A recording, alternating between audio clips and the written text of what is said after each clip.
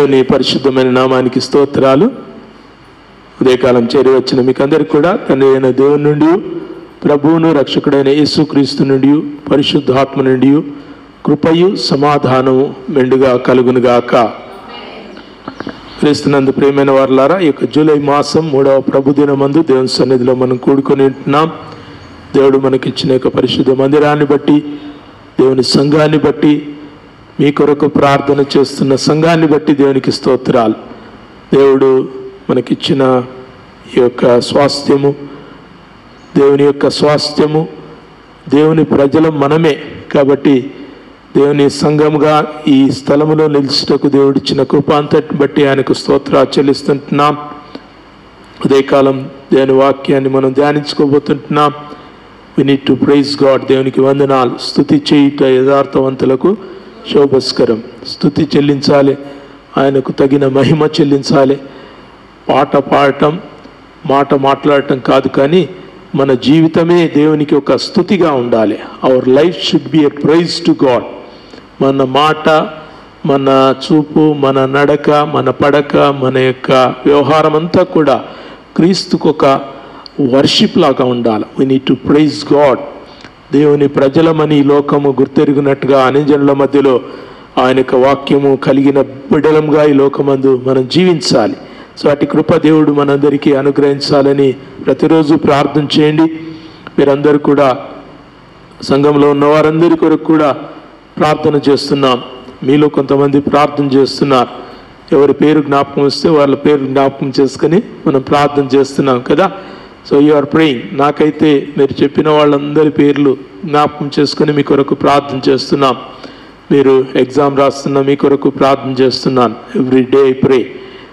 దేవుడు మీకు జ్ఞానం దయచేనట్టుగా, తెలివి దయచేనట్టుగా, చక్కగా ఉత్తీర్ణతను అనుగ్రహించేటట్టుగా మంచి మంచి స్థానంలో దేవుడు మిమ్మల్ని నిలబెట్టాలని ప్రార్థన చేస్తున్నాం.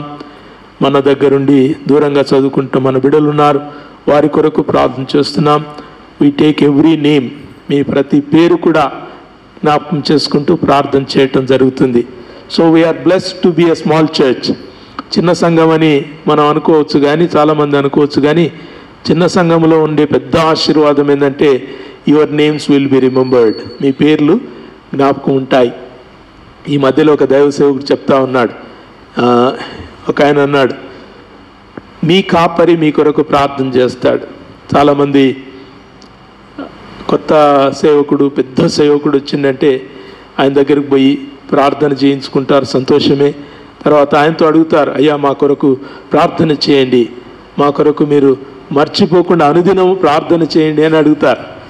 కానీ ఆయన చెప్పిన మాట ఏంటో తెలుసా? అందరికీ తెలుసు, సేవకులకి ఎవ్వరు ప్రార్థన చేయరు. కొత్త సేవకులు ఎవరు మీ కొరకు చేయరంటే చేయొద్దని కాదు, కానీ వాళ్ళకి మీ పేర్లు జ్ఞాపకం ఉండవు, మీ అవసరతలు జ్ఞాపకం ఉండవు, మీకున్నటువంటి కష్టాలు వాళ్ళకి తెలియవు. కాబట్టి ఏదో వంతుకు గంతుగా ఒక మాట ప్రార్థన చేస్తారు. ఆయనే చెప్పాడు, ప్రభువా వాళ్ళు ఎవరో నాకైతే తెలియదు, కానీ వాళ్ళ పేర్లు నీకు తెలుసు కాబట్టి వాళ్ళందరినీ కూడా నువ్వు దీవించు అని ప్రార్థన చేస్తాడంట. ఆయన అన్నాడు, పప్పు రుబ్బినట్టు అందరినీ వేసి ఒక చోట ప్రార్థన చేస్తారు. మీ కాపరి మీ కొరకు ప్రార్థన చేస్తాడు. Praise God. కాబట్టి ఒక మంచి కాపరిని కలిగి ఉండటం మీకు ఎంతో అవసరం. ఇక్కడైనా ఎక్కడైనా కానీ మీరు ఒక సంఘంలో ఉన్నారంటే see that your pastor remembers you. మీ పాస్టర్కు మీరు తెలిసి ఉండాలి, మీ అవసరత తెలిసి ఉండాలి, మీ జీవితం తెలిసి ఉండాలి, మీ ప్రార్థనా జీవితం కూడా మీ కాపరికి తెలిసి ఉండాలి. So you need to have that relationship. మీ కాపరితో అటువంటి అన్యోన్య సంబంధం, వాత్సల్యత కలిగిన సంబంధం కలిగి ఉంటే he can be praying for you. మీరు కూడా ఆ పాస్టర్ కొరకు ప్రార్థన చేయాలి. పాస్టర్ కూడా మీలాంటి వాడే కదా. ఏలియా కూడా మన వంటి వాడే అని బైబిల్లో రాయబడ్డది. కాబట్టి ఎంత పెద్ద దైవజనుడైనా అతనికి కూడా కొన్ని ఇరుకులు, కొన్ని శోధనలు, కొన్ని కష్టాలు ఉంటాయి. So you need to remember. మీరు ప్రార్థన చేయాలి. ఒకరికొకరు ప్రార్థన చేయటానికి దేవుని సంఘం మనకు ఇచ్చాడు. సో ఇది ప్రార్థనా మందిరము అని రాయబడింది. ప్రార్థనా మందిరం. చర్చ్ అంటే మనం ఎక్కడున్నా చర్చే, కానీ స్థలాన్ని ప్రార్థనా మందిరం అని పిలిచారు. So we need to pray. Pray and pray and pray, కంటిన్యూస్గా ప్రార్థన చేస్తుండాలి. అవసరతల కొరకే కాదు, దేవుని యొక్క జీవమును మనం కలిగి ఉండేటట్టుగా ప్రార్థన చేయాలి. దేవుని సన్నిధిలో మనం పనికి వచ్చే వారంగా ఉండే ప్రార్థన చేయాలి. మీరు కొంతమంది ప్రార్థన చేసుకుంటారు, నేను మీకు చెప్పాలనిపిస్తుంది కానీ ఏమనుకుంటారని చెప్తలేను. మీరు ప్రార్థన అడిగినప్పుడు నేను వాక్యం చెప్తుంది, ఆయన సన్నిధిలో మీ మొక్కుబడులు చెల్లించుకొనుడి అని చెప్పింది. మొక్కుబడి అంటే నేను డబ్బులు అడుగుతలే, మీ పైసలు కావు నేను అడిగేది. మీరు ప్రభువుకి ఏ విధంగా స్పందిస్తారు? మీరు కోరుకున్నటువంటి ఈ యొక్క ఎగ్జామ్లో దేవుడు మంచి విజయాన్ని ఇస్తే మీరు ఎట్లా స్పందిస్తారు? రక్షణ పొందని వారు రక్షణ పొందుతామని, రక్షణ పొందిన వారు ప్రభు కొరకు మేము సంఘంలో బలంగా పనిచేస్తామని, క్రీస్తు నెరగని వారికి క్రీస్తు ప్రేమను మేము ఒక మాట అయినా చెప్తామని ఒక సమర్పణ ఉండాలి. You need to commit yourself, you need to dedicate your life. మీ యొక్క జీవమును, మీ యొక్క ప్రాణాత్మ దేహములను దేవునికి సజీవ యాగంగా మీరు సమర్పించుకోవాలి. దట్స్ అన్ అగ్రిమెంట్, ఒక ఒడంబడిక. పాత నిబంధన, కొత్త నిబంధన అన్నాడు. నిబంధన అంటే ఏం తెలుసా? It's a covenant. నీకును దేవునికిని ఉన్నటువంటి ఒక ఒడంబడిక, ఒక ఒప్పందం. దేవుణ్ణి నువ్వు ఏదో ఒక చిన్న అవసరంతోనే వస్తావు, అందరం అలాగే పోతాం. We come to God with a small need. మన అవసరత మనకు చాలా పెద్దది కానీ దేవునికి చాలా చిన్నది. It's very small. మీరు అడిగేది అట్లా అంటే అయిపోతుంది. కానీ అట్లా అనడానికి మీరు ఎట్లా స్పందిస్తారు? మీరు ఏ రకమైనటువంటి మనసుతో దేవుని సన్నిధిలో ఉన్నారు? చాలామందికి దేవుడు అంటే ఆపద మొక్కులవాడు దేవుడు, కష్టం వచ్చినప్పుడే దేవుని దగ్గరికి రావాలి కాదు. డాక్టర్ దగ్గరికి బాగాలేకుంటే పోతారు మీరు, మంచిగా అయిన తర్వాత మళ్ళీ డాక్టర్ దగ్గరికి ఏం పోరు కదా. డాక్టర్ దగ్గర పోయి మళ్ళీ కూర్చొని మళ్ళీ స్టెథోస్కోప్ పెట్టించుకొని మళ్ళీ థర్మామీటర్ పెట్టించుకొని మళ్ళీ ఏం చూడం కదా. Once we're healed, once we're recovered, we don't go to doctor. మళ్ళీ డాక్టర్ దగ్గర పోం. కానీ దేవుని దగ్గరికి నువ్వు ప్రతిసారి రావాలి. నీకు చేసిన ప్రతి ఉపకారాన్ని బట్టి దేవుని సన్నిధిలో నువ్వు నిలవాలి. సమస్య అంతా ఎక్కడొస్తుందంటే మనం అడుగుతూనే ఉన్నాం. దేవుడు ఎన్ని ఇచ్చిండో అవి మనం కౌంట్ చేస్తలేం. ఇంగ్లీష్లో ఒక పాట ఉంది, count your blessings, name them 1 by 1. Me ఆశీర్వాదములను లెక్కించుకోండి. ఎంచుము లెక్కించు me woollen, ఎంచి చూడు మేసు దీవేనల్, ఎంచు మెంచు మీ ఊలన్, వింత నొందెదావు నీవు వానికై. ఎంచుకోవాలంటాడు. మనం దేవుని పిల్లలం కదా. దేవుని యొద్దకు ఇంత దూరం ఎట్లొచ్చినాం?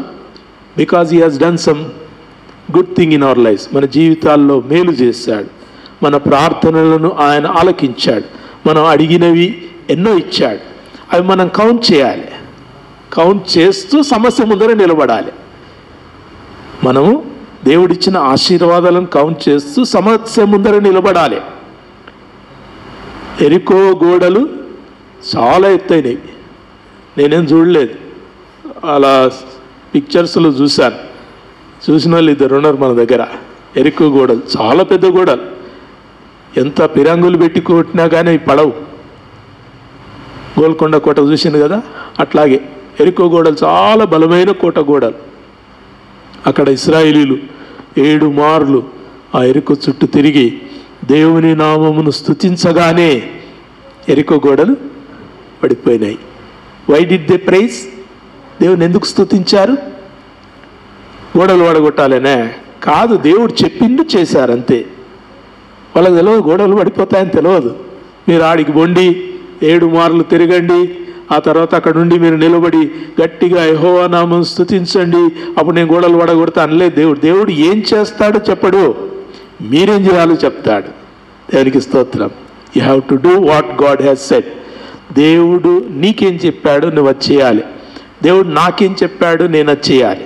అది చేస్తే వి సీ మిరాకిల్స్, అద్భుతాలు చూస్తాం, ఆశ్చర్యకార్యాలు చూస్తాం, ఊహించనటువంటి దేవుని గొప్ప ఆశీర్వాదాలు మనం పొందుకుంటాం. And we live in wonders. క్రైస్తవులు అంటే అద్భుతాలలో జీవించేవాళ్ళు. నేను అనుకుంటాను ఇశ్రాయేలీయులు అందరూ కూడా అక్కడ తిరిగి యెహోవాను గట్టిగా స్తుతించారంటే there is a reason for them. ఎందుకు? ఎర్ర సముద్రాన్ని ఎవరు దాటింపజేశారు? చెమగల దేవుడు, తమ దేవుడైన యెహోవా ఎర్ర సముద్రం దాటించాడు. యొర్దానుని ఎవరు దాటింపజేశారు? దేవుడు దాటింపజేశాడు. గొల్యాతుని ఎవరు అప్పగించారు? చెమగల దేవుడు అప్పగించాడు. They remember many. ఇవన్నీ జ్ఞాపకం ఉంచుకొని మా దేవుడు అనుకుంటే ఇది పెద్ద సమస్య కాదు. You understand what I say? మీరు మీ సమస్యతో చెప్పాలి, you are nothing before my God. నా దేవుని ముందు ఓ సమస్య, నువ్వు చాలా అల్పమైన దాని. దావీదులాగా నిలబడాలి సమస్య ముందు. దావీదుకు పెద్ద సమస్య, 6 అడుగుల 7 అడుగుల పెద్ద ఆజానుభావుడు నిలబడ్డాడు, కత్తి డాలు పట్టుకొని నిలబడ్డాడు. ఏమంటున్నాడు దావీదు? సున్నతి లేని ఫిలిస్తీయుడా, జీవగల దేవుని తృణీకరించుటకు నువ్వెంతటి వాడు? ఉన్నది చిన్నగా ఉన్నాడు. బాలుడైన దావీదు చిన్నవాడు, యవనస్తుడు. అతడు ఒక మంచి యుద్ధ యోధుడు. ఫిలిస్తీయుల దండుకు ముందుగా నడుస్తున్నటువంటి గొల్యాతుతోనేమంటున్నాడు? నిన్ను చీల్చి కాకులకు పిట్టలకు వేసేస్తానంటాడు. What a powerful word. అది ఎలా జరిగింది? Because of the grace he has seen. దేవుని కృపను చూశాడు, దేవుని ఆశీర్వాదాన్ని చూశాడు. సింహపు తన మీదికి వచ్చినప్పుడు దాన్ని చీల్చి పడవేయటానికి బలం ఎవరిచ్చారు? దేవుడిచ్చాడు. ఎలుగుబంటిని చంపివేయటానికి బలం ఎవరిచ్చారు? దేవుడిచ్చాడు. ఈ గొల్యాతు ఎంతటోడు? What is this nonsense? వీడెంతటోడు అని గొల్యాతును దావీదు దేవుని సన్నిధిలో ఆయన గొల్యాతును గద్దించాడు. ప్రియ దేవుని బిడ్డలారా, యూ నీడ్ టు కండెమ్. నీకున్న సమస్య, నీకున్న అవసరత, నీకున్న ఇరుకు, నీకున్న వేదన, నీకున్నటువంటి ఎటువంటి పరిస్థితినైనా కానీ నువ్వు దాన్ని గద్దించాలి. రెండవది చెప్పాను కదా, you need to make a covenant. దేవునితో ఒక అగ్రిమెంట్ చేసుకోవాలి. ప్రభువా, you give me A job, I give me my salary. నా జీతం అంతా నీకు ఇస్తాను. ఇంకా ఇస్తే ఎందుకు సార్ జాబ్ అంటారా? ఇంకా జాబ్ ఇస్తాడు దేవుడు, జాబ్ పైసలు మాకు వస్తాయి, జాబ్ అంతా పైసలంతా ఆయనకి ఇస్తే ఇంకా మాకేముంటుంది? మీకున్నదే జీతం, మీకు మిగిలిందే.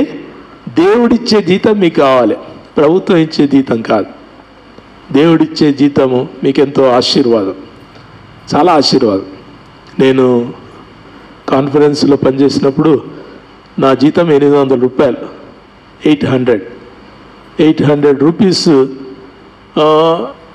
నేను ఇంటికి తెచ్చి మా నాన్నకి ఇస్తే మా నాన్న అన్నాడు, ఒరే నీకే చాలా తిరిగి చాలా ఉంటుంది, నీ డబ్బులు నీ దగ్గరనే పెట్టుకో, ఇంకా కావాలంటే మమ్మల్ని అడుగు, మేము ఇస్తాం కానీ నువ్వే వాడుకో అని చెప్పాడు. సరే, నేను 800 నా దగ్గర పెట్టుకొని చాలా అసలు ఎంత ఖర్చు పెట్టినా కానీ నెలాఖరికి ఇంకా 400 మిగిలేటివి, నెలాఖరికి 400 మిగిలేటివి. 800లో మంచిగా బిర్యానీ తింటుంటే, ఫ్రెండ్స్కి తినబెడుతుంటే, మంచిగా వీ నీడ్ టు అంటే ఏం తిండే మనం చేసేది, ఇంకేం కాదు, తాగుడు అని మనకు ఉండవు కదా. So we need to have మంచి ఫుడ్, మంచి స్వీట్స్, మంచి బేకరీ ఐటమ్స్, మంచి కొనాలి, తినాలంతే, మంచిగా ఎంజాయ్ చేస్తాను. అంతా చేసినా కానీ 400 మళ్ళీ జేబులో మిగిలేదు. తర్వాత నేను కాలేజీలోకి వెళ్ళాక నాకు శాలరీ 15,000 శాలరీ 15వ తారీఖు వచ్చేసరికి అయిపోతుండే. యు సీ, గాడ్స్ మనీ, దేవుడిచ్చే జీతము చాలా ఆశీర్వాదకరమైంది. అందుకే మీకేం చెప్తామంటే, 10వ భాగం ఎవరిది? దేవునిది. మీ 10వ భాగం దేవుని యొద్దకు తీసుకుని వస్తే దేవుడు నీకు మిగిలిన దాన్ని ఆశీర్వదిస్తాడు. ఎట్లా ఆశీర్వదిస్తాడు? సారెపతు విధవరాలను ఆశీర్వదించినట్టుగా ఆశీర్వదిస్తాడు. 2 కాసులు గల విధవరాలను ఆశీర్వదించినట్టుగా ఆశీర్వదిస్తాడు. ఇట్స్ వెరీ లిటిల్, నీ దగ్గర ఉన్నది కొంచెమే. ఆ విధవరాలతో 2 కాసులు ఉన్నాయి, ఆ సారెపతు విధవరాలతో ఒక పట్టెడు పిండి ఉంది, ఒక చిన్న గుడ్డెలో కొంత నూనె ఉంది. అండ్ గాడ్ బ్లెస్డ్, దేవుడు దీవించాడు. So it's not ours. మీరు మందిరానికి తెచ్చేది పాస్టర్ కనుక్కోకండి, it's not for me, it's for God. మందిరము దేవుని యొక్క ప్రజల యొక్క ఏమంటారు 10వ భాగముల చేత నింపబడాలి. 10వ భాగాలు సన్నిధిలో ఉండాలి. అది మనకు దేవుడిచ్చిన ఒక ఆజ్ఞ, పాత నిబంధన. మరి కొత్త నిబంధనలో దశమభాగం లేదు. కొత్త నిబంధనలు ఏముంది? మీరు వర్ధిల్లుల కొలది మీరు దేవునికి ఇస్తూ ఉండాలి. As the lord blesses you, you need to give to lord. అంటే దశమభాగకు మించింది దేవుని సన్నిధికి రావాలి. దట్స్ అవర్ అగ్రిమెంట్, మనం ఒప్పందం అంతే. మీకు పిల్లల్ని ఇస్తాడు దేవుడు. Have ever committed your children to God? మీ పిల్లలను దేవుడికి ఎప్పుడైనా ఇచ్చారా? ప్రభువా, నా పిల్లలు నీ పిల్లలు, వీరు నీ వెలుగులో పెంచుతాను, నీ వాక్యంలో పెంచుతాను, నీ సేవకు నేను ఏర్పరుస్తాను, పిల్లలను సిద్ధం చేస్తాను అని ఒకవేళ మనం చేస్తే గాడ్ విల్ బ్లెస్ us. ప్రథమ సంతానము దేవుంది. ఇంట్లో పుట్టిన ప్రతి మగ పశువు, మగ శిశువు అందరు కూడా జీవగల దేవుని. ఇశ్రాయేలీయులందరూ కూడా సైన్యంలో చేరాలి. వాళ్ళు ఎడ్యుకేషన్ అయినాక, డిగ్రీ అయిన తర్వాత ప్రతి ఒక్కరు సైన్యంలో చేరాలి. Everyone has to fight, women or man. పురుషుడైనా స్త్రీ అయినా సైన్యంలో 3 ఏళ్ళు పనిచేయాలి. 3 ఏళ్ళు పనిచేసిన తర్వాత నీకు అవకాశం ఉంటే, అర్హత ఉంటే ఇంకా వేరే భాగాల్లో పనిచేయచ్చు. కానీ ప్రతి ఒక్కరు కూడా దేశం కొరకు, దేవుని కొరకు వారు సైన్యంలో ఉండి పనిచేయాలి. There is an agreement. వింటున్నారా? మీకేం అగ్రిమెంట్ ఉంది? With what agreement you stand in the presence of God? ఏ దేవుని బిడ్డలారా, we need to have a commitment. ప్రభువా, నువ్వు నాకు ఇస్తే నేను నీకు ఇస్తాను. అన్న ఏం చెప్పింది? ఏం ప్రార్థన చేసింది? నువ్వు నాకు ఒక కుమారుని ఇవ్వు, నేను ఆ కుమారుని నీకు ఇస్తాను. Beautiful agreement. God heard it. దేవుడు ఆ ప్రార్థన విన్నాడు, ఆశీర్వాదాన్ని ఇచ్చాడు. నువ్వు నాకు ఉద్యోగం ఇస్తే ఆ జీతాన్ని నీకు ఇస్తాను. అమ్మో, అది మాత్రం అనం కదా. You need to pray. దేవుని సన్నిధిలో ఒక కమిట్మెంట్తో మనం ఉండాలమ్మా. We are here only for Jesus. యేసు కొరకే. మీ బ్రతుకులన్నీ యేసువే, మీ జీవితాలన్నీ యేసువే, మీ జీతాలన్నీ కూడా యేసువే. When you bring everything into presence of God, God will bless you. అపోస్తలుల కార్యంలో ఆదిమ సంఘము తమకు కలిగినదంతా తీసుకొచ్చి అపోస్తలుల పాదముల యొద్ద పెట్టారు. అప్పుడు వారందరూ కూడా ప్రార్థనాపూర్వకంగా దాన్ని సేవ కొరకు వినియోగించారు. ఏం తింటావో తిను, ఏం కట్టుకుంటావో కట్టుకో, కానీ నీదంతా కూడా దేవుని సన్నిధిలో ఉండాలి. వాళ్ళు చాలా సమర్పణతో తీసుకుని వచ్చారు. దాంట్లో సిప్పోరా, అననీయ సిప్పోరాలు వాళ్ళిద్దరు కూడా అనుకున్నారు, అందరు ఇస్తున్నారు, మనం కూడా ఇద్దామని. కానీ మనం ఎంత ఇద్దాం? కొంచెం మిగిల్చుకొని కొంచెం ఇద్దాం. సో అట్లా దేవుని సన్నిధిలో తీసుకొని రావటంలో వెనుకబడేసరికి దే లాస్ దేర్ లైఫ్స్. వాళ్ళ ప్రాణాలే పోవలసి వచ్చింది. పరిశుద్ధాత్ముడు బలంగా పనిచేశాడు. ఇప్పుడు పరిశుద్ధాత్ముడు లేడా? పరిశుద్ధాత్మ కార్యములు లేవా? కాదు, మన పట్ల కృప చూపిస్తున్నాడు. We are new to him. ఆయన మనం కొత్త వాళ్ళం ఆయనకి.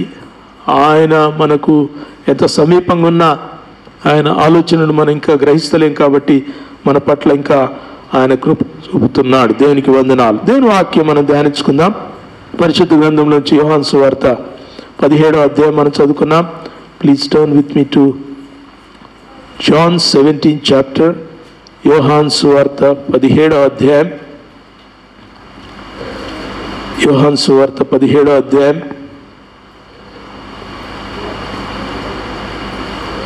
6వ వచనం. అందరం చదువుదామా? Shall we all read it? John 17:6. 17వ అధ్యాయం 6వ వచనం. లోకములో నుండి నీవు నాకు అనుగ్రహించిన మనుషులకు నీ నామమును ప్రత్యక్షపరిచితిని, వారు నీ వారయ్యుండిరి, నీవు వారిని నాకు అనుగ్రహించితివి, వారు నీ వాక్యమును గైకొని ఉన్నారు. దేవుని నామానికి స్తోత్రాలు. ప్రియ దేవుని సంగమా, ప్రభువైన యేసుక్రీస్తు ఆయన శిలువ మరణం పొందక ముందు ఆయన యొక్క తండ్రి సన్నిధిలో నిలువబడి ఆయన ప్రార్థన చేశాడు. చాలా గొప్ప ప్రార్థన. 17th chapter యోహాను 17వ అధ్యాయము చాలా విశిష్టమైనటువంటి ప్రార్థన. తండ్రికి కుమారుడు చేసినటువంటి ప్రార్థన. ఆయన మొరను ఆలకించగలిగిన తన తండ్రికే ఆయన ప్రార్థన చేస్తున్నాడు. ఆయన అంటున్నటువంటి మాట 3వ వచనంలో రాయబడింది చూడండి. ఏమంటాడు? అద్వితీయ సత్యదేవుడవైన నిన్నును నీవు పంపిన యేసుక్రీస్తును ఎరుగుటయే నిత్య జీవం.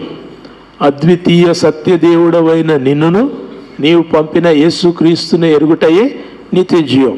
ప్రియ దేవుని సంగమా, క్రీస్తు యేసును తమ సొంత రక్షకునిగా అంగీకరించిన ప్రజలు క్రీస్తు యేసు వెలుగులో నడుచుకుంటూ క్రీస్తు కొరకై వారు బ్రతకవలసినటువంటి అవసరత దేవుని వాక్యంలో మనం చూస్తుంటున్నాం. We are to live for Christ. క్రీస్తు కొరకు మనం బ్రతకటం మనం నేర్చుకోవాలి. క్రీస్తే నా యందు జీవించుచున్నాడని అపోస్తలుడైన పౌలు ఏ మాదిరిగా అయితే చెప్పాడు, క్రీస్తు బ్రతుకుట క్రీస్తే, సావైతే లాభమని ఏ మాదిరిగా అపోస్తలుడైన పౌలు సెలవిచ్చాడో అలాగూ క్రైస్తవులు ఈ లోకమందు జీవించవలసిన ఆవశ్యకతను దేవుని వాక్యం ఉదయకాలం మనకు జ్ఞాపకం చేస్తూ ఉంటుంది. దేవుని ప్రజలు దేవుని కొరకై పిలువబడినటువంటి వారు. We are called for him. బాగా వినాలి. ఇతర దేవతలు దేవుళ్ళ సంగతి మనకు తెలియదు, కానీ నీ జీవము గల దేవుడు తన కొరకు పిలుచుకున్నాడు. నీకు అన్ని ఇస్తానన్నాడు. మొదట నా రాజ్యమును నీతిని నువ్వు వెతుకు, మత్తయి సువార్త 6:33లో చెప్పి మీరు వీటిని వెతకండి, అవన్నీ మీకు ఇస్తానంటాడు. మీకేం కావాలి? ఉద్యోగం కావాలన్నా, మీకేం కావాలి? ఈ లోక అవసరతలు కావాలా? మీకేం కావాలి? మీకు ఏం కావాలన్నా అవి ఇస్తాను. మీరు అడిగినవి ఇస్తాను. మీరు నా పేరట ఏమి అడుగుతారో అవి నేను మీకు ఇస్తాను. కానీ మీరు నేను ఎంపిక చేసుకున్నటువంటి ఈ యొక్క జీవంలో మీరు బ్రతకాలి. నేను ఎందుకొరకై మిమ్మల్ని పిలిచారో మీరు ఆ బ్రతుకు మీలో లోకానికి కనబడాలని ప్రభువైన యేసుక్రీస్తు ఆయన సువార్తలన్నింటిలో కూడా తన వాక్యం ద్వారా మనకు జ్ఞాపకం చేస్తుంటున్నాడు. మనకందరికీ తెలుసు, ఫిలిప్పీలకు రాయబడిన పత్రిక 2వ అధ్యాయం 5వ వచనం. Please turn to that. ఫిలిప్పీలకు రాయబడిన పత్రిక 2వ అధ్యాయం 5వ వచనం చదవాలి మీరు.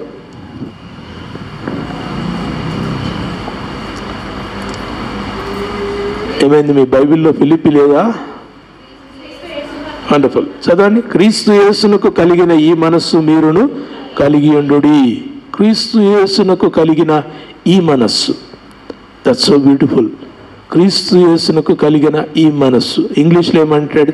ద మైండ్ ఆఫ్ క్రైస్ట్ అంటాడు.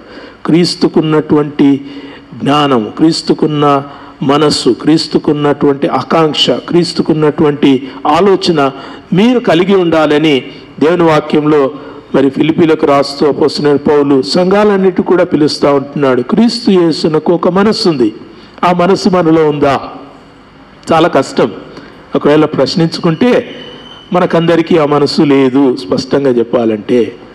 But we are lagging. మనం ఎక్కడో వెనకాల కొంచెం ప్రయత్నం చేస్తున్నాం. Trying to reach Christ. క్రీస్తును చేరవలనని మనం ప్రయత్నం చేస్తూ ఉంటున్నాం. క్రీస్తుకు చాలా మంచి మనస్సు. క్రీస్తు ఎంతగానో ప్రేమించాడు. మనందరికీ తెలుసు, యోహాను సువార్త 2వ అధ్యాయంలో, యోహాను సువార్త 4వ అధ్యాయంలో మనకు ఒక స్త్రీ కనబడుతుంది. ఎవరామె? సమరయ స్త్రీ కనబడుతుంది. ఆ స్త్రీ యొద్దకు ప్రభువైన యేసుక్రీస్తు వచ్చిన సంఘటన ఒకసారి చూద్దాం.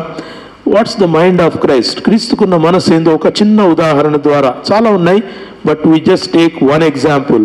ఒకటి మాత్రమే మనం తీసుకుందాం. దయచేసి అక్కడ చూద్దాం. యోహాను సువార్త 4వ అధ్యాయం అంతా కూడా మనకు ఈ స్త్రీ గురించే రాయబడినటువంటి సంఘటన మనం ఇక్కడ చూస్తాం. కాకపోతే ఇక్కడ 6వ వచనంలో అక్కడ యాకోబు బావి ఉండేను గనుక యేసు ప్రయాణం వలన అలసి ఉన్న రీతిని ఆ బావి యొద్ద కూర్చుండెను. అప్పటికి ఇంచుమించు 12 గంటలాయను. It was the mid noon, మధ్యాహ్నం అయింది, 12 గంటలైంది. మనందరికీ మన ప్రాంతాల్లో ఎండ అంత విపరీతంగా ఉండదు, కానీ ఈ ఇశ్రాయేలు, యూదా ఈ ప్రాంతాలంతా, ఒక సమరయ ప్రాంతాలంతట్లో కూడా భయంకరమైనటువంటి వేడి, నియర్లీ 48 to 50 degrees సెంటిగ్రేడ్స్ ఉష్ణోగ్రత ఉంటుంది. చాలా తీవ్రమైనటువంటి ఎండలో వారు నడుస్తూ ప్రయాణం చేస్తున్నారు. First you need to see Jesus is a Jew. యేసు యూదుడు. యూదుడైన వాడు ఎక్కడికి పోతున్నాడు? సమరయ ప్రాంతానికి వెళ్తుంటున్నాడు. It was ఫోర్బిడన్. యూదులకు అది ఒక నిషిద్ధమైనటువంటి ప్రాంతం. యూదులు ఆ ప్రాంతం గుండా వెళ్ళకూడదు. వాళ్ళు వెళ్తే ఒకవేళ అక్కడ పైన గలిలయ తీర ప్రాంతానికి వెళ్తే వాళ్ళు ఆ యోర్దాను నది దాటి అవతల నుంచి ఆ యొక్క గలిలయ ప్రాంతాల్లోనికి వారు వెళ్ళాల్సినటువంటి ఆ యొక్క విధానము యూదులు ఎంచుకున్నారు. Because Samaritans were not right people, వారు సరైనటువంటి వారు కారని, సంకర జాతి అని, వారి యొక్క విధానాలు చాలా చిన్నవని, అల్పమైనవని ఆ యూదులు ఎంచుకొని యూదులు సమరయులతో సాంగత్యము చేయకుండా వాళ్ళు బ్రతుకుతుండేవాళ్ళు. దేవుని బిడ్డలారా, యేసుక్రీస్తు first thing what he did is he went to సమరయ. ఆయన సమరయకు వెళ్ళాడు. సమరయకు వెళ్ళటం ఇది ఏ సోషల్ బ్యారియర్. ఒకటి మీరు అక్కడ రాసుకుంటే జ్ఞాపకం ఉంటుంది. సోషల్ బ్యారియర్, సామాజిక ఆటంకాన్ని దేవుడు దాటాడు. ప్రభు అయిన యేసుక్రీస్తు అధిగమించాడు సామాజిక ఆటంకం. సంఘపరంగా వారు నిర్దేశించుకున్నటువంటి ఆ యొక్క ఎల్లలు దాటి ప్రభు సమరయకు వెళ్ళాడు. సమరయకు వెళ్ళినటువంటి ఆ ప్రభు అయిన యేసుక్రీస్తు అక్కడ ఎండలో కూర్చున్నాడు. దయచేసి అక్కడ చూడండి, చదువుకున్న వాక్య భాగంలో ఏం చూస్తున్నాం? ఆయన అలసి ఉన్న రీతినే ఆ బావి యొద్ద కూర్చుండెను. అందరూ శిష్యులందరూ కూడా కలిసి వెళ్తున్నారు. అలసిపోయాడు బాగా. ప్రభు నడవలేకపోక ఆయన బావి వద్ద కూర్చున్నప్పుడు ఆయన శిష్యులు ఆహారం కొరకు ఊరిలోనికి వెళ్ళిరని 8వ వచనంలో రాయబడింది. They went to by something. ఊరిలోనికి వెళ్ళారు. ఏ ఊరిలోనికి? ఇంకా అక్కడున్న సమరయనే. ఊరి బయట బావి ఉంది. బావి దగ్గర ప్రభు కూర్చున్నాడు. ఈ శిష్యులైనటువంటి వాళ్ళందరూ కూడా ఆహారం కొనుటకు ఊరిలోనికి వెళ్ళారు. ఊరిలోనికి పోయినప్పుడు అక్కడ ఒక స్త్రీ వచ్చింది. ఆమె సమరయ స్త్రీ అని రాయబడింది 9వ వచనంలో. ఆ సమరయ స్త్రీ, యూదువైన నీవు సమరయ స్త్రీనైన నన్ను దాహమునకిమ్మని ఎలాగూ అడుగుతున్నావని అతనితో చెప్పాను. మొదటిది మనం దీన్ని అధిగమించాడని చూసాం. సామాజిక ఆటంకాన్ని ప్రభు అధిగమించాడు. రెండవది ప్రభు లింగ భేదాన్ని అధిగమించాడు. విమెన్, స్త్రీలు పురుషులు సమాజంలో చాలా వ్యత్యాసం ఉండేది. స్త్రీలు నేరుగా పురుషుల యొద్దకు రాకూడదు. వాళ్ళు ఏదైనా కానీ ఇస్తే వాళ్ళు అక్కడ పెట్టి వెళ్ళిపోవాలి. పురుషులు వెళ్ళి వాళ్ళు భోజనం చేసి వెళ్ళిపోతారు. మనకు తెలుసు కదా, మేడగది పైన ప్రభు ఆ యొక్క పస్కా విందును ఆచరించినప్పుడు it was prepared, table was prepared. రొట్టెయు ద్రాక్షారసను వాళ్ళు సిద్ధం చేశారు. ఎవరు చేసింటారు? ఇంట్లో ఉన్నటువంటి స్త్రీలు చేసింటారు. So that's a customary thing. అదొక మర్యాద. స్త్రీలు ముందుకు రారు. స్త్రీలు అక్కడ అన్నీ కూడా అరేంజ్ చేసి వాళ్ళు పక్కకుంటారు. ఇంకా వీళ్ళు వచ్చి అందుట్లా ఎవరు? ప్రవక్త, బోధకుడు, ఆయన ఎదుటికి రావటానికి చాలా కష్టం. యేసుక్రీస్తు ఆ లింగ భేదాన్ని, ఏ డిఫరెన్స్ ఆఫ్ సెక్స్, ఒక పురుషుడైండి ఒక స్త్రీతో ఆయన అడుగుతున్నటువంటి మాట, నీవు నాకు కొన్ని నీళ్ళిమ్మని ప్రభు అడుగుతుంటున్నాడు. దయచేసి చూడండి, అక్కడ చూసాం కదా పైన వాక్యంలో, నాకు దాహమునకిమ్మని ఆమెను అడిగెను. సో ప్రభు ఒక స్త్రీతో అడుగుతుంటున్నాడు, అమ్మా నాకు దాహమునకు నీళ్ళిమ్మని అడుగుతుంటున్నాడు. ప్రభువుకు నిజంగానే దాహమైంది, భౌతికంగానే దాహమైంది. అలసిపోయాడు. వాళ్ళు ఆహారం తీసుకురావడానికి పోయారు. అంతవరకు కొంతైనా కానీ కొంచెం స్ట్రెంగ్త్ తీసుకోవాలన్నట్టుగా ప్రభు నీళ్ళు తాగడానికి ఆయన ఒకవేళ ఆశిస్తున్నాడు. అక్కడ ఎవరు కూడా లేరు కాబట్టి వచ్చింది ఆమెనే. కాబట్టి ఆమెనే అడగాల్సి వచ్చింది, ఆ స్త్రీని అడగాల్సి వచ్చింది. యూదుడవైన నీవు సమరయ స్త్రీనైనటువంటి నన్ను దాహమునకేమని ఎలాగ అడుగుతున్నావు? ఒకటి సోషలాజికల్ బ్యారియర్. రెండవది ఏ బ్యారియర్ ఆఫ్ సెక్స్, ఒక లింగ భేదం కలిగినటువంటి ఆ యొక్క ఆటంకాన్ని కూడా ప్రభువు దాటి ఆమెను అమ్మా అని పిలుస్తూ ఆమెతో ఒక మంచి సాన్నిహిత్యమైనటువంటి ప్రేమపూర్వకమైనటువంటి మాటను ఆయన మాట్లాడుతుంటున్నాడు. దయచేసి చూడండి 10వ వచనంలో, యేసు నీవు దేవుని వరమును నాకు దాహమునకిమ్మని నువ్వు అడుగుతున్నవాడేవాడు అది నువ్వు ఎరిగి ఉంటే నీవు ఆయనను అడుగుదువు, ఆయన నీకు జీవజలమిచ్చును. ఇది ఒక విచిత్రంగా అనిపించింది ఆ స్త్రీకి. యూదుడు అడుగుతున్నాడు, సమరయ స్త్రీనైనా నన్ను అడుగుతున్నాడు. ఈ యూదుడు నన్ను అడుగుతున్నది నీళ్లు. కానీ ఆయన ఏం చెప్తున్నాడు? నా వద్ద జీవజలం ఉంది, నా వద్ద ఉన్నటువంటి జలము నీకు తెలిస్తే గనక నేను నీళ్లు నిన్ను అడగటం కాదు, నీవే నన్ను అడుగుతావు, నీవే నా యుద్ధ నుంచి ఆ జీవజలం కావాలని నువ్వు అడుగుతావని ప్రభు చెప్పినప్పుడు ఆమె చాలా ఆశ్చర్యపోయింది. What is this? ఈయన నీళ్ళ కొరకు అడుగుతున్నాడు, కానీ ఆయన దగ్గర జీవజలం ఉందంట. వాటర్ దట్ నెవర్ క్విన్స్, ఎప్పుడు కూడా ఆగిపోనటువంటి వాటర్, ఆ జీవజలం నాకు ఆయన ఇస్తానంటున్నాడు అని ఆమె అనుకొని ఏమంటుంది చూడండి. అప్పుడు ఆ స్త్రీ, అయ్యా ఈ బావి లోతైనది, చేదుకొనుటకు నీకేమీ లేదే, ఆ జీవజలము నీకు ఎలాగ దొరుకును? నీ వద్ద జీవజలం ఉందంటున్నావు కదా, నన్నేమో మామూలు జలం అడిగావు, నీ వద్ద జీవజలం ఉందంటున్నావు. నీ వద్ద ఉన్నటువంటి జీవజలము నీకెక్కడి నుంచి వచ్చింది? అసలు ఈ బావిలో ఉన్న నీళ్లు తీసుకోవడానికే చాలా కష్టంగా ఉంది, చాలా లోతులో నీళ్లు ఉన్నాయి, ఇది తోడుకోవడానికి చాలా కష్టపడుతున్నాం. నీ వద్ద జీవజలం ఉందన్నావు కదా, అది నీకు ఎలాగ దొరుకును అని అడిగాడు. దేవుని సంఘం, ఆ దేవుని వాక్యంలో ప్రభు అయిన యేసుక్రీస్తు అంటున్నాడు 13వ వచనం, అందుకు యేసు, ఈ నీళ్లు త్రాగు ప్రతివాడు మరల దప్పికొనును, నేనిచ్చు నీళ్లు త్రాగువాడు ఎప్పుడు దప్పి కొనడు. స్పిరిచువల్ బ్యారియర్, ఆత్మ సంబంధమైనటువంటి ఆటంకాన్ని ప్రభు ఇక్కడ చూపిస్తుంటున్నాడు. ఈ నీళ్లు, ఈ భౌతికమైనటువంటి నీళ్లు, ఫిజికల్ వాటర్, ఈ నీళ్లు తాగితే మళ్ళీ దాహం వేస్తుంది. ఈ నీళ్లు తాగితే, ఈ నీళ్లు ఈ బావి నుంచి తీసుకుంటే ఈ బావిలో ఉన్నటువంటి నీళ్లు కొంతకాలమైనాక అవి ఇంకిపోవచ్చు. ఈ నీళ్లు అశాశ్వతమైనవి. నా వద్ద ఉన్నది జీవజలం. I have living water, I am the living water, నేనే జీవజలం అనే మాట ప్రభు అయిన యేసుక్రీస్తు అక్కడ చెప్తా ఉంటున్నాడు. దయచేసి చూడండి, మళ్ళీ ఆ కిందికి రాగానే 15వ వచనంలో ఆ స్త్రీ ఆయనను చూచి, అయ్యా నేను దప్పికొనుకున్నట్టు చేదుటకి ఇంత దూరము రాకుండానట్లుగా ఆ నీళ్లు నాకు దయచేయమని చెప్పాను. ప్రియ దేవుని బిడ్డలారా, ప్రభు అయిన యేసుక్రీస్తు బాగా వినాలి. ప్రభు అయిన యేసుక్రీస్తు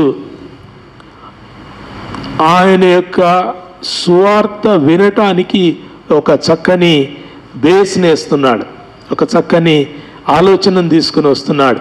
ఆ ఆలోచన ఆమెలో కలిగేటట్టుగా, జీవజలమును గురించిన ఆలోచన ఆమెలో కలిగేటట్టుగా, ఆమె యొక్క జీవితం గురించినటువంటి ప్రశ్న ఆమెలో కలిగేటట్టుగా ప్రభు నడిపిస్తుంటున్నాడు. వచనాలన్నీ కూడా మనం చదవం, కానీ ఇక్కడ సామాజిక అడ్డంకిని, తర్వాత ఒక లింగ సంబంధమైన అడ్డంకిని, తర్వాత ఒక ప్రాంత సంబంధమైన అడ్డంకిని, తర్వాత ఆ స్త్రీకి ఒక ఏమంటారు పాప సంబంధమైన అడ్డంకిని ఆమె చూపిస్తూ ఆమెతో మాట్లాడుతున్నటువంటి మాటలను బట్టి మనం ఏం తెలుసుకుంటున్నామంటే, Jesus gets so deep inside. ప్రభు చాలా జీవితపు లోతుల్లోనికి వచ్చి మన జీవితాన్ని పరీక్షిస్తాడు.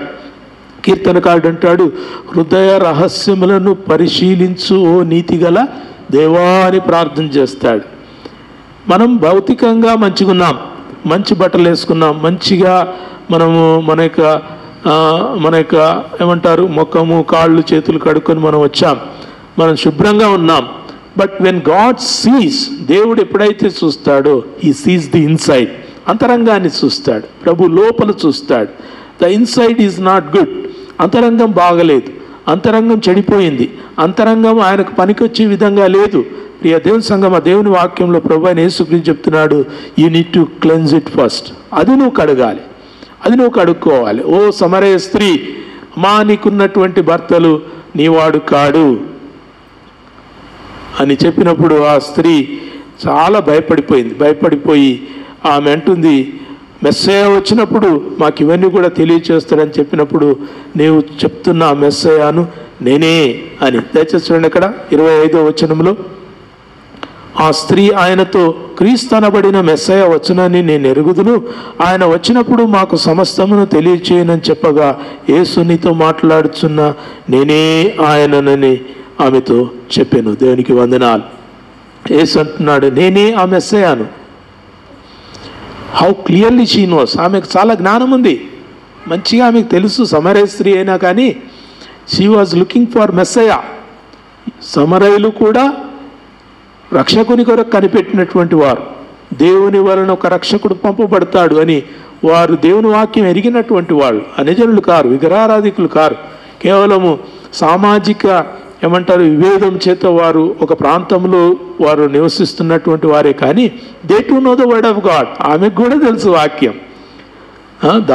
యాకోబు గురించి తెలుసు, యాకోబు బావి గురించి తెలుసు, తమ పితరులు ఏం చెప్పారో తెలుసు, ప్రవక్త అని గుర్తుపట్టింది, ఆయన మెస్సయ్య దేవుడు మెస్సయ్యను పంపిస్తాడని చెప్పింది, మెస్సయ్య వచ్చినప్పుడు ఏం చెప్తాడు కూడా ఆమెకు తెలుసు.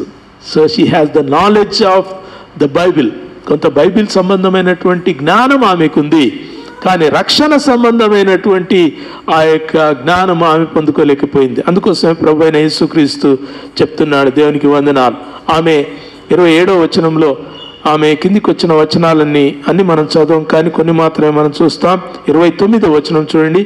ఆమె ఊరిలోనికి వెళ్ళి, మీరు వచ్చి నేను చేసినవన్నీ నాతో చెప్పిన మనుష్యుని చూడుడి, ఈయన క్రీస్తు కాడా. What a wonderful evangelist. ఎంత మంచి సువార్థికురాలు. నేను అనుకుంటాను మొదటి సువార్థికురాలు ఈమెనే ఉండొచ్చు. The best evangelist. ఎవరు చెప్పలే సువార్త అంతవరకు. సమరయలో దేవుని మందిరానికి వెళ్ళలేనటువంటి ప్రజలతో, వెలివేయబడినటువంటి ప్రజలతో, తననే అసహించుకున్నటువంటి ప్రజలతో, తనని దూరంగా పెట్టినటువంటి ప్రజలతో ఈమె వెళ్ళి చెప్తున్నటువంటి మాట, ఈయన క్రీస్తు కాడా. ఈజ్ ఈ నాట్ క్రైస్ట్? ఈయన క్రీస్తు కాడా? ప్రియ దేవుని బిడ్డలారా, క్రీస్తు యేసునకు కలిగి ఉన్న మనసు అని మనం ధ్యానిస్తుంటున్నాం. The mind of Christ. క్రీస్తు యేసునకున్న మనసు ఏంటంటే to go to the broken. నలిగిన వారి యొద్దకు పోవటం, విరిగిన వారి యొద్దకు పోవటం, చెడిపోయిన వారి యొద్దకు పోవటం, తప్పిపోయిన వారిని ఆయన తిరిగి దేవుని యొక్క వెలుగులోనికి నడిపించడం, దేవుని యొక్క ప్రత్యేకమైనటువంటి ఆయన పరిచర్యగా ఆయన ఈ లోకమందు చూయించాడు. మనం తెలుసు, ఇంకవన్నీ మనం చూడం. ఒకటి సమరయ స్త్రీ మొదటి కనబడ్డది. తర్వాత మనకు చాలామంది కనబడతారు. జక్కయ్య ఎక్కడ కనబడతాడు? లూకా సువార్త 19వ అధ్యాయంలో కనబడతాడు జక్కయ్య. జక్కయ్య ఎవరు? పొట్టివాడు. చూడండి అక్కడ లూకా సువార్త. మళ్ళీ అక్కడ వచనాలన్నీ మనం చదవం. We just will flip through, కొంచెం అట్లా చూసుకుంటూ వెళ్తాం. జక్కయ్య 19వ అధ్యాయం, లూకా 19వ అధ్యాయంలో మనకు జక్కయ్య కనబడుతున్నాడు. అతడు ఎవరు? సుంకపు గుత్తదారుడు. These were the people hated by the society. సమాజం వీళ్ళను అసహించుకునేది. సమరయ స్త్రీ అంటే అసహ్యం, సమరయులు అంటే అసహ్యం, అందుట్లో విధవరాండ్లు అంటే అసహ్యం, సుంకపు మెట్టు వాళ్ళంటే అసహ్యం, పరిసయ్యులు అంటే అసహ్యం. So the society was a broken society. వాళ్ళందరూ పరిశుద్ధులే, అందరు పాటలు పాడేవాళ్ళే, అందరు దేవుని మందిరానికి పోయేవాళ్ళే, అందరూ దేవుని గురించి ఆలోచన చేసేవాళ్ళే, దేవుని జ్ఞానం కలిగినటువంటి వాళ్ళే. But they hated one after another. ఒకరినొకరు తృణీకరించుకునేవాళ్ళు. సమరయులను యూదులు అసహించుకుంటే సమరయులు విధవరాండ్లను అసహించుకునేవాళ్ళు. విధవరాండ్లలో ఇంకా భర్తను కోల్పోయి, ఇంకా తనతో భర్త లేనటువంటి ఆ స్త్రీని ఇంకా అసహించుకున్నారు. You see God goes deep inside where the broken part is there. నలిగిన హృదయం గల వారికి ఆయన సమీపంగా ఉన్నటువంటి దేవుడు. దేవుని బిడ్డలారా, క్రీస్తు యేసునకు కలిగిన మనస్సు. ఈ మనస్సు మనకు కావాలని అపోస్తలుడైన పౌలు చెప్తా ఉంటున్నాడు. క్రీస్తు యేసునకు కలిగిన మనస్సు మనము కలిగి ఉండాలని దేవుని వాక్యం మనం చూస్తున్నాం. రెండవది, క్రీస్తు యేసునకు కలిగిన ప్రేమ మనం కలిగి ఉండాలి. 2 కొరింథీ 5వ అధ్యాయం 2 కొరింథీ 5వ అధ్యాయం 14వ వచనం.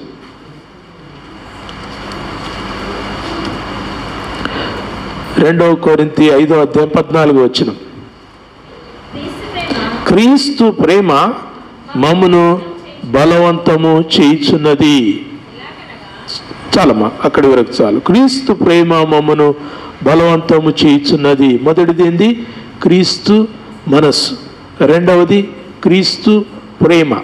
ప్రియ దేవుని బిడ్డలారా, వీఆర్ కాల్డ్ క్రిస్టియన్స్. ఈ లోకమందు మనం క్రైస్తవులం అని పిలువబడుతున్నాం. ఏ దేవుడు తన జనమునకు తన పేరు పెట్టలేదు. నీ జీవము గల దేవుడు, నిన్ను పిలిచిన దేవుడు, నిన్ను రక్షించిన ప్రభు తన పేరు నీకు ఇచ్చాడు. కుమారులు కూతుళ్ళు అనిపించుట కొనుట కంటే శ్రేష్టమైన పేరు వారికి పెడతానన్నాడు. అండ్ అంతియోకయలో మొదటిసారి వారు క్రైస్తవులు అని పిలువబడ్డారు. Why they were called Christians? Why you are called a Christian? Why we are all called a Christian? క్రైస్తవులను ఎందుకు పిలువబడుతుంటున్నాం? Why follow Christ. క్రీస్తును వెంబడించే వాళ్ళు క్రైస్తవులు. వెంబడించే వాళ్ళంటే ఒక గురువు వెంబడి నడుచుకునేటోళ్ళు శిష్యులు అన్నట్టు కాదు. ఇది క్రీస్తు వలె జీవించటానికి తాము ప్రయత్నించే వాళ్ళని క్రైస్తవులని పిలిచారు. క్రైస్తవులని పిలిచారు. You have to live like Christ. నీ మాటలో, నీ బాటలో, నీ యొక్క నడవడిలో అంతా కూడా క్రీస్తు వంటి స్వభావం నీలో కనబడాలి, మనలో కనబడాలి, మనలో ఆ ప్రేమ నిలవాలి. కాబట్టి క్రీస్తు ప్రేమ మమ్మను బలవంతం చేయుచున్నది అని అపోస్తలుడైన పౌలు కొరింథీయులకు రాస్తూ సువార్త నిమిత్తమైనటువంటి ఆ మాట అక్కడ రాశాడు. పైన చూడండి ఏమంటాడు, మేము వెర్రివారమైతిమా దేవుని నిమిత్తమే, స్వస్థబుద్ధి గలవారమైతిమా మీ నిమిత్తమే. ఎవరిది ప్రేమ? క్రీస్తు ప్రేమ. క్రీస్తు ప్రేమ ఎలా ఉంటుంది? స్వస్థ బుద్ధి కలిగి ఉంటుంది. It's a healing nature. ఒక స్వస్థత కలిగించేటటువంటి ప్రేమ కలిగిన వారు క్రైస్తవులు. మన మాటలు స్వస్థత కలిగించాలి. అంటే ఇన్ జీసస్ నేమ్ అంటే వాళ్ళు హీల్ అవటం కాదు.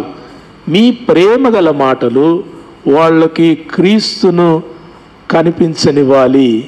క్రీస్తు వారు తెలుసుకునే విధంగా మనం మాట్లాడగలిగితే చాలా మంచిది. ఆఫ్ కోర్స్ మనము ప్రయత్నిస్తున్నా కానీ కొన్నిసార్లు ఫెయిల్ అవుతూ ఉంటాం. But we need to have that mind of Christ. క్రీస్తు మనస్సు మనం కలిగినటువంటి వారంగా ఈ లోకమందు జీవించాల్సిన ఆవశ్యకత దేవుని వాక్యం మనకు సలహిస్తూ ఉంటున్నది. ప్రియ దేవుని బిడ్డలారా, how can we have this Christ mind? క్రీస్తు యొక్క మనస్సును, క్రీస్తు యొక్క ప్రేమను మనం ఎలాగ కలిగి ఉంటాం? ఎలా పొందగలుగుతాం? We know one, we need to read the word. వాక్యంను బాగా చదవాలి. క్రీస్తు ఎలాగూ స్పందించాడు మనం ఇంతకుముందు చూసాం. ఒక్క సంఘటన చూసాం. సమరయ స్త్రీని సంధించటం, జక్కయ్యను సంధించటం, వ్యభిచారంలో పట్టబడిన స్త్రీని సంధించటం, ఆ యొక్క ఎమ్మాయి మార్గంలో వెళ్తున్నటువంటి శిష్యులను సంధించటం. వీ సీ దోస్ సిచ్యుయేషన్స్, ఆ పరిస్థితులను మనం చూసి హౌ క్రైస్ట్ రీచ్ దెమ్, వాళ్ళ దగ్గరికి ఎలా వెళ్ళాడు, వాళ్ళలో ఒక మారు మనసును కలిగినటువంటి ఆ పశ్చాత్తాపాన్ని ప్రభు తీసుకొని రాగలిగాడు. మత్తయి దగ్గరికి వెళ్ళినప్పుడు మత్తయి సుంకపు మట్టు దగ్గర కూర్చున్నాడు. మత్తయి నువ్వు నా వెంటరా అంటే మత్తయి తనకున్నదంతా కూడా విడిచిపెట్టేసి ప్రభు వెంట వచ్చేసాడు. వై?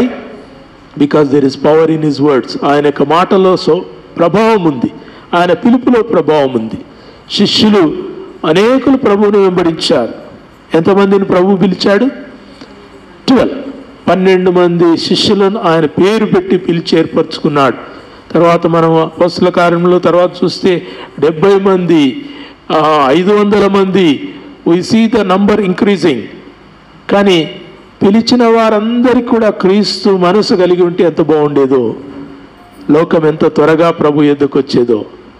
సరే, వారి సంగతి అట్ట పెట్టేసి మన సంగతి ఎలా ఉంది? Do we have the mind of Christ? Do we have the love of Christ? క్రీస్తు ప్రేమ మనలో ఉన్నదా? మనం ప్రశ్నించుకుంటే మనము దేవుని యొక్క సన్నిధిలో మనము సరిగా నిలిచే కృప దేవుడు మనకు అనుగ్రహిస్తాడు. 1 కొరింథీ 11వ అధ్యాయంలో అపోస్తలుడైన పౌలు ఒక మాట చెప్తున్నాడు. 1 కొరింథీ 11వ అధ్యాయంలో 1వ వచనం, నేను క్రీస్తును పోలి నడుచుకున్నట్లు ప్రకారము మీరును నన్ను పోలి నడుచుకొనుడి. అది అండర్లైన్ చేసుకోవాలి మీరు.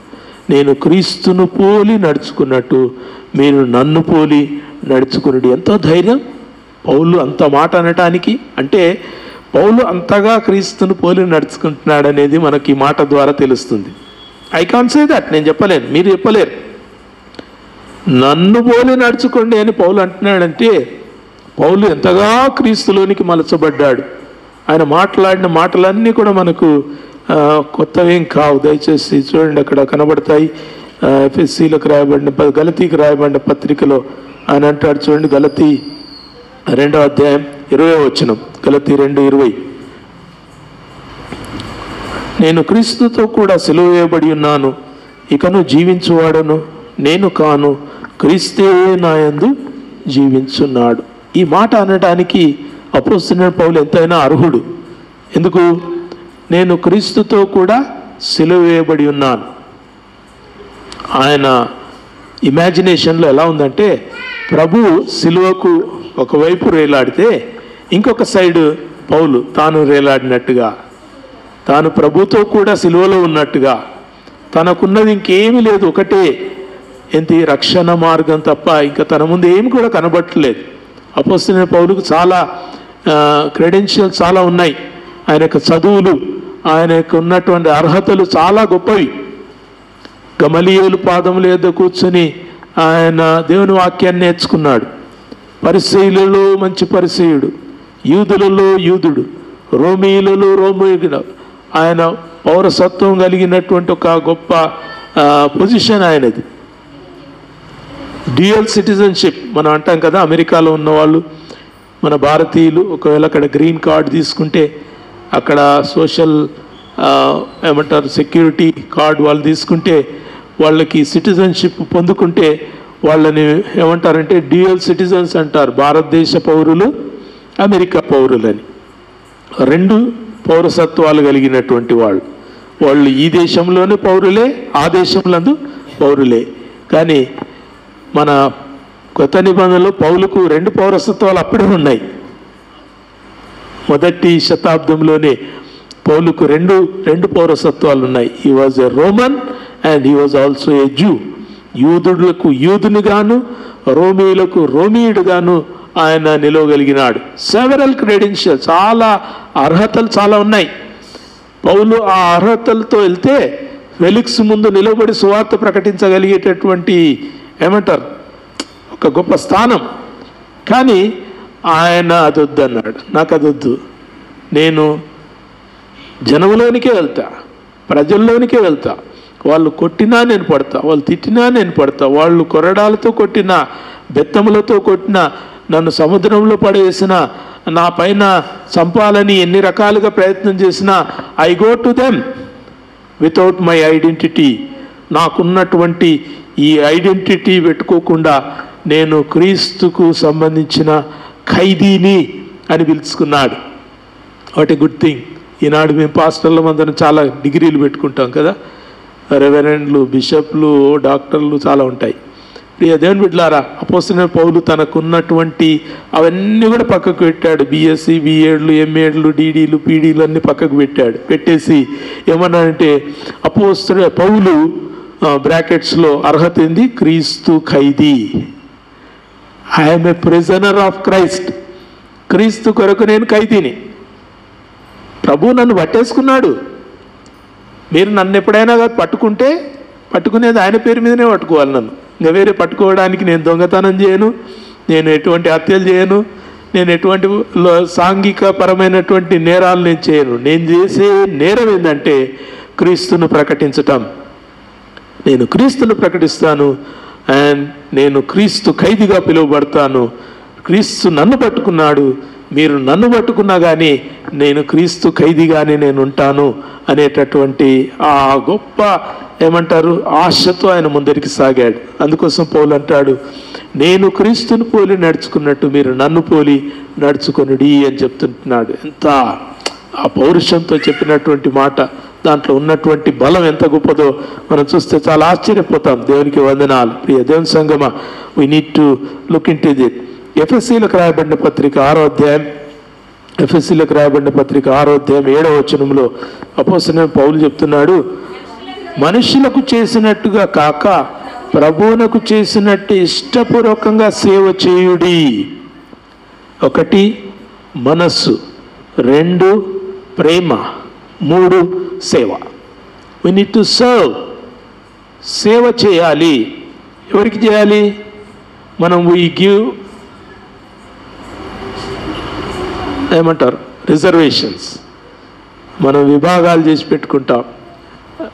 ఫలానోళ్ళకైతే సేవ చేస్తాం, ఫలానోళ్ళకైతే మేలు చేస్తాం, నేను ఫలానోళ్ళకైతే సహాయం చేస్తాను, ఫలానోళ్ళకైతే సహాయం చేయను.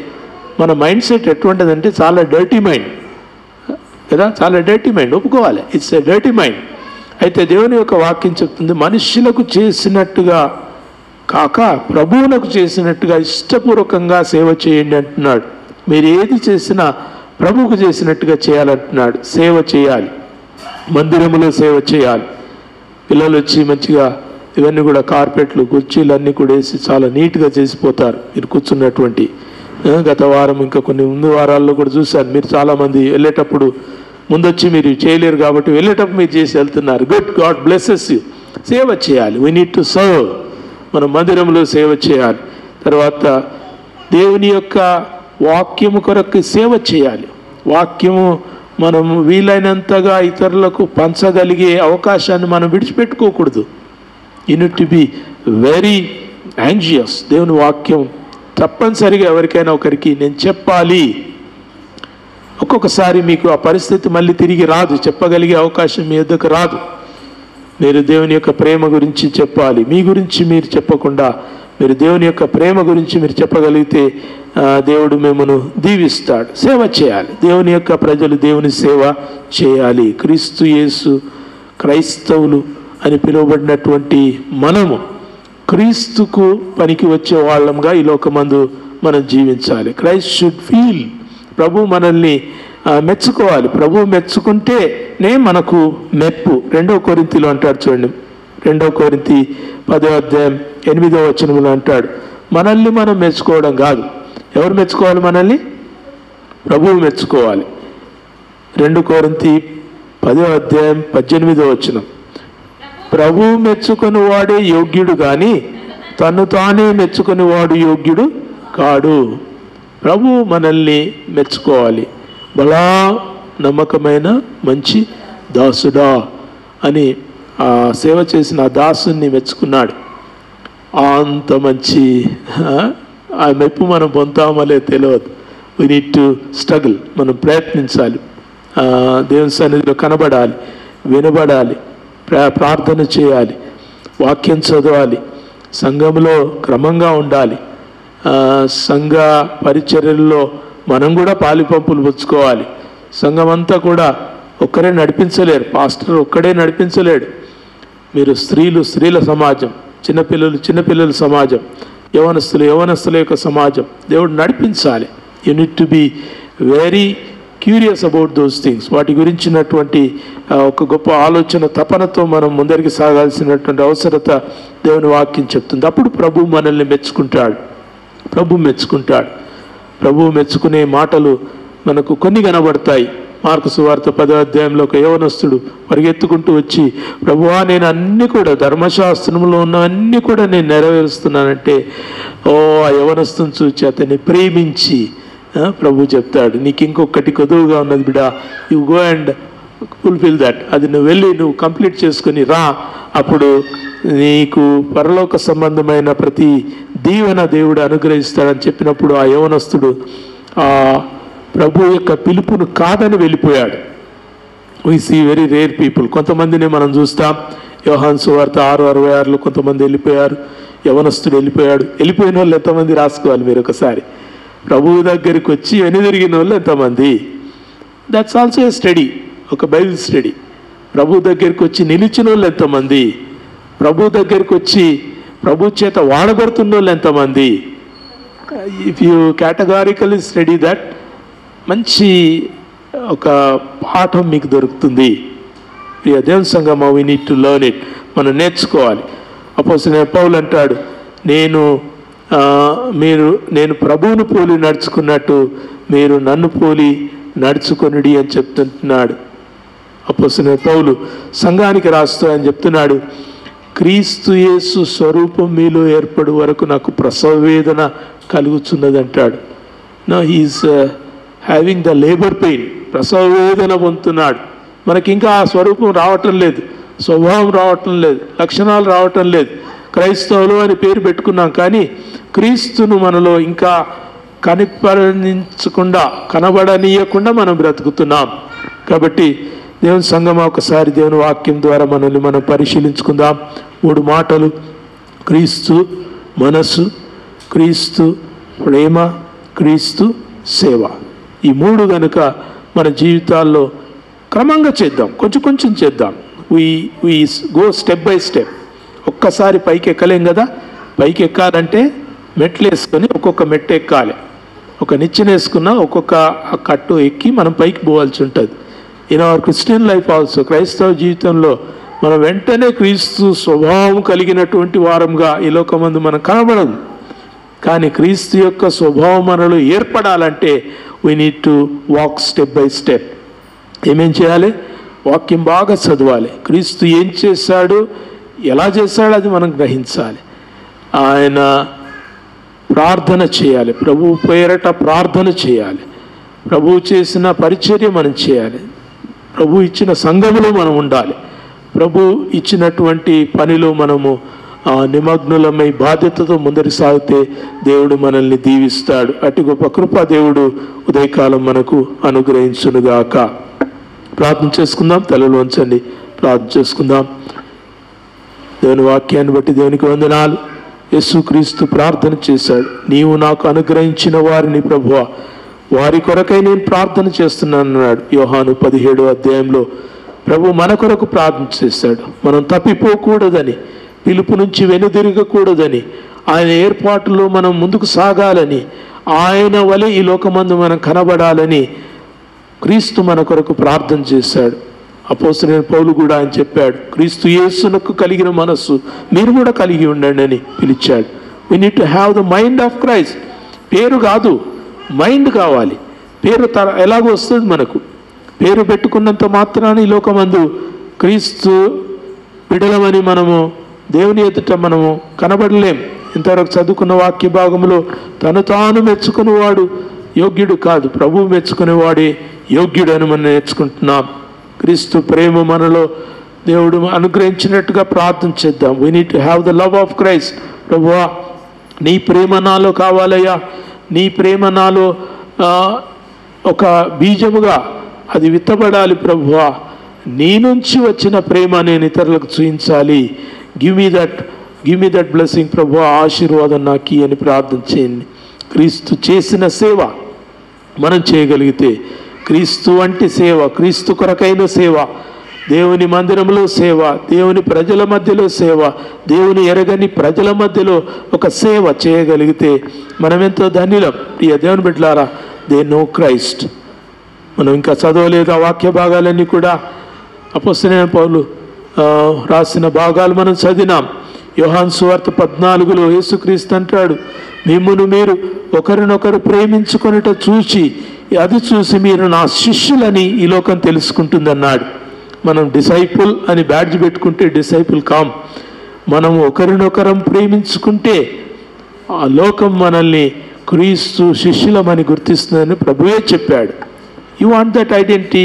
ఆ గుర్తింపు కావాలా, ఆ స్వభావం కావాలా? అడుగుదామా? Shall we ask? నేను అడుగుతాను, మీరు అడగాలి. ప్రభువా, నాకు ఇది దయచేయని మనం అడుగుదాం. మనం దేవుని బిడ్డలం, క్రైస్తవం అని పిలువబడుతున్నాం. క్రీస్తును సొంత రక్షకునిగా అంగీకరించాం. క్రీస్తు యేసులో మన జీవనం భద్రం చేసుకున్నాం. కానీ లోకంలో మనం క్రీస్తును మనం చూపించటం లేదేమో. క్రీస్తుకు కలిగిన మనసు, క్రీస్తులో ఉన్న ప్రేమ, క్రీస్తు లోకానికి చూపించిన సేవ మనం చేయగలిగితే we are blessed in this nation. ప్రభువు మా అపోస్తలుడైన పౌలు తాను చెప్పిన విధంగా, నేను క్రీస్తును పోలి నడుచుకున్నట్టు మీరు నన్ను పోలి నడుచుకొనండి. we walk like Paul and Paul walked like Jesus. యేసు వలె ఆయన నడుచుకున్నాడు. అడుగుదాం మనం, ప్రభువా, పౌలు వలె నడుచుకొనుటకు, నిన్ను పోలి నడుచుకొనుటకు దేవా మా జీవితాల్లో సహాయం చేయ, దేవా సహాయం చేయని అడుగుదాం. దేవుడు మనకు సహాయం చేస్తాడు. we need, ఈ లోకానికి వైద్యులు కావాలి. ఏ వైద్యులు? ఈ మెడికల్ వైద్యులు కాదు, ఆత్మ సంబంధమైన వైద్యులు కావాలి, ప్రభు సంబంధమైన వైద్యులు కావాలి. The world needs healing. భారతదేశానికి హీలర్స్ కావాలి. భారతదేశానికి దేవుని యొక్క అద్భుతమైన కార్యములను చూయించగలిగే దేవుని బిడ్డలు కావాలి. Can we be that? మనము వారి వలె ఉండగలుగుతామా? ప్రార్థన చేద్దాం. దేవుడు తన వాక్యాన్ని మన వెనుకల్లో దీవించినట్టుగా ప్రార్థన చేద్దాం. పరిశుద్ధుడా, జీవము గల దేవా, నీకు వందనాలు. ఉదయకాలం ప్రభువా, నువ్వు మాకు ఇచ్చిన నీ వాక్యాన్ని బట్టి నీకు స్తోత్రాలు ప్రభువా, నీకు వందనాలు. యోహాను 17లో ప్రభువా, నువ్వు మా అందరి కొరకు ప్రార్థన చేశావు. మమ్మల్ని పిలిచావని, మమ్మల్ని ఏర్పరచుకున్నావని, మమ్మల్ని నీ కృపలో దాచి ఉంచావని, మేము నీ బిడ్డలంగా ఈ లోకమందు బ్రతకాలని ఆశించావయ్యా, నీకు వందనాలు. మేము తప్పిపోకూడదని, నీ పేరు పెట్టుకొని నీకు ఆయసకరంగా బ్రతకకూడదని ప్రభువా మమ్మల్ని పిలిచావు. అయితే ప్రభువా, మేము బలహీనులం, రోగగ్రస్తులం, వ్యాధిగ్రస్తులం. దేవలోకాన్ని చూసి మేము మా తండ్రి మా యొక్క నడతలను మా యొక్క మంచి నడవడి నుంచి మేము తప్పించుకుపోతున్నాం. అయ్యా, మమ్మల్ని క్షమించండి, మమ్మల్ని కడగండి, బాగు చేయండి ప్రభువా. మా బ్రతుకులను బాగు చేయండి, లేవనెత్తండి ప్రభువా. నీ మనస్సు మాలో ఇంకా కలగటం లేదు, నీ ప్రేమ మాలో ఇంకా వెలగటం లేదు, నీ స్వభావం మాలో ఇంకా రూపించబడటం లేదు ప్రభువా. పౌలు ఎంతగానో మా తండ్రి ప్రసవ వేదన పడుతున్న వాడిగా మమ్మను బతిమాలుకుంటున్నాడు. అయ్యా, క్రీస్తు కనబడాలని, అయ్యా క్రీస్తును లోకానికి కనిపించనీయండి అని, క్రీస్తు కొరకు లోకం చూస్తుందని దేవా అపొస్తలుడైన పౌలు వాంఛించాడు ప్రభువా. మేమైతే భక్తి మార్గంలో ఉన్నాం, మా కొరకు మేము ప్రయత్నం చేస్తున్నాం. కానీ ప్రభువా, నీ వాక్యమును బట్టి దేవా మా జీవితాలను మార్చుకునే కృప అనుగ్రహించమని, నీ కృప చొప్పున మమ్మను బ్రతికించి నడిపించమని యేసుక్రీస్తు నామములో ప్రార్థించి వేడుకొంచుతున్నాం మా తండ్రి. ఆమేన్.